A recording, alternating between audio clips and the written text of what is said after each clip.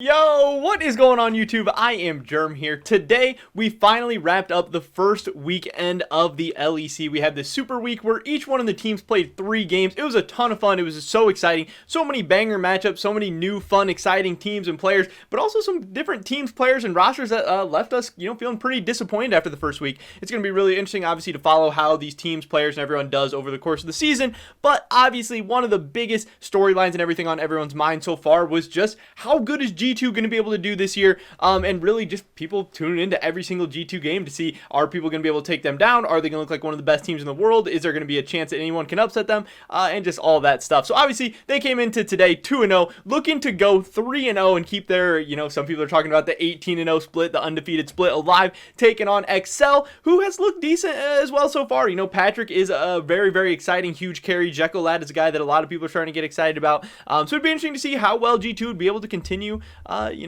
going so far in the LEC split. And in this video today, we're going to be talking about that game and just everything about G2 so far. But before we get into that, I just want to mention real quick, if you're not already subscribed, definitely click that subscribe button really quick. It's fast, it's free, it's easy. It helps you guys stay up to date on all my latest content. I think we're closing in on 6,200-ish subscribers pretty quickly. So if you're not already subscribed, hey, help us out. Let's get to that number. Also, drop a like on this video if you do enjoy it. It helps me out just an insane amount with the YouTube algorithm, getting my videos out to more and more people. The green screen's messing up a little bit. We got my head going in and out, but that's okay. With that being said, here we go, getting right into this. So this game started out pretty funny. There was this play in the top lane where Jankos is going for a play onto Cries in the top lane. We'll see how this one plays out.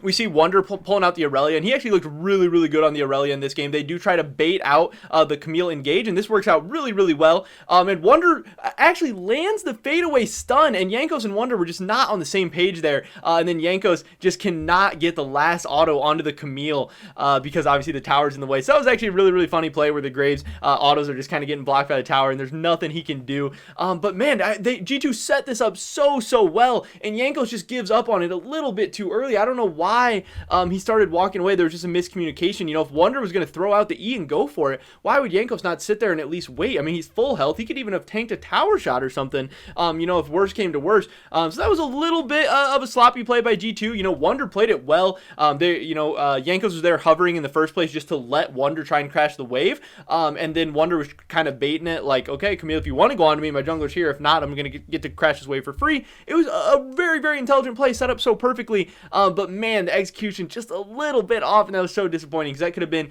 just an easy pickup of the first blood there. But no worries, G2 would obviously pick things back up later, and this is one of the scary things about G2 on this play. We have to go to a split screen because G2 is making plays all around the map. They're actually going for a turret dive onto Jekyll Lad's Syndra in the bot lane, but then in the top lane they're trying to make another play onto the Camille, and this is really, really hard to watch. But Rekkles opens up the curtain call. They're able to take down Jekyll Lad after Mickey stuns him up, and then Wunder barely survives in the top lane, but they're able to take down the Camille in the top lane as well, and that just shows just how scary this G2 team can be. I mean, they have absolutely huge, insane playmakers all over the map.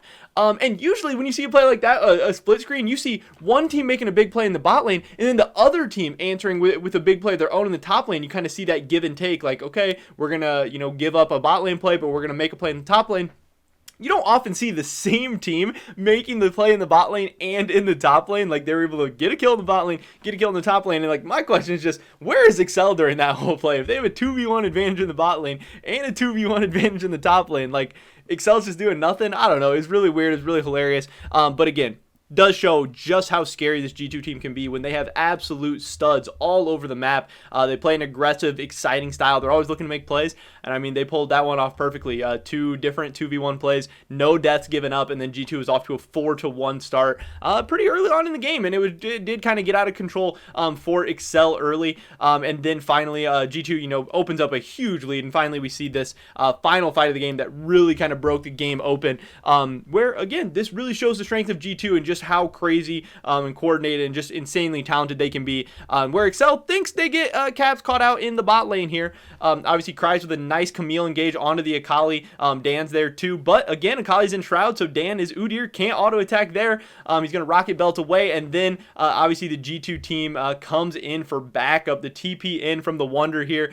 He's just going to have an insane Aurelia ult onto 3 people, and then from there it just gets really, really ugly for Excel. They had a play where they thought they had a huge number advantage against Caps, thought they had him caught out, and then all of a sudden it got really, really ugly really fast for Excel. But with that being said, Excel is still a really young team. Obviously, they are still kind of developing. We're going to see Jekyll. That has looked pretty solid so far. He might have a promising future ahead of him.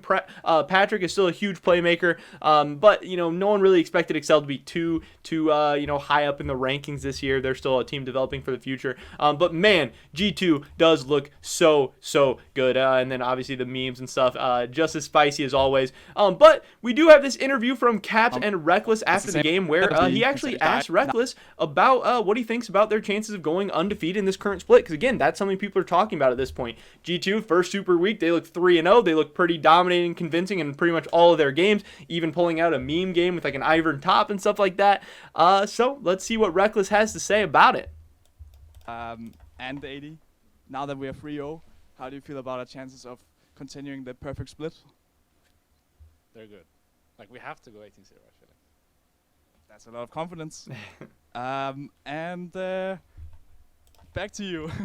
But yeah, just like you said, they have pretty good chances of going 18-0. I mean, we'll see. G2 is a team that likes to pull out a lot of these crazy different drafts. They really like to test the limits of not only their champions, but just their players' capabilities. They're not afraid to first time stuff on stage. They're not afraid to try out something that they saw in solo queue, something that they saw in a different region, different builds, different picks, different strategies, and then they really do go aggressive. But the scary thing about this G2 team this year is that, again, with Rekkles in the bot lane, he is kind of that more solid, consistent player. Well, where he'll have some crazy pop-off games, he'll go to make some insane plays, but game in and game out, he's not your super fluctuating player. He is that KDA god, and you get that by being just uber consistent. And maybe you don't have as high highs as maybe like a Perks did sometimes or a Caps does sometimes, but Rekkles will not, for the most part, he'll avoid those super low lows as well. And so far, that is exactly what G2 has looked like. Even those games where maybe they start to get a little inty, start to get a little bit out of control, they have this super reliable carry to just fall back on. And like he said,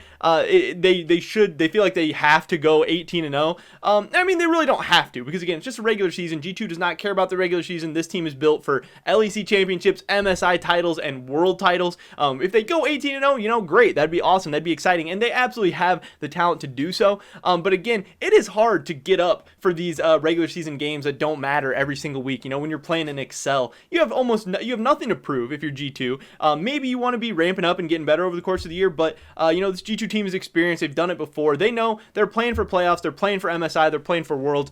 And they're going to have off days. They're going to have off games. They're going to have games where they feel like trolling, running it down and stuff.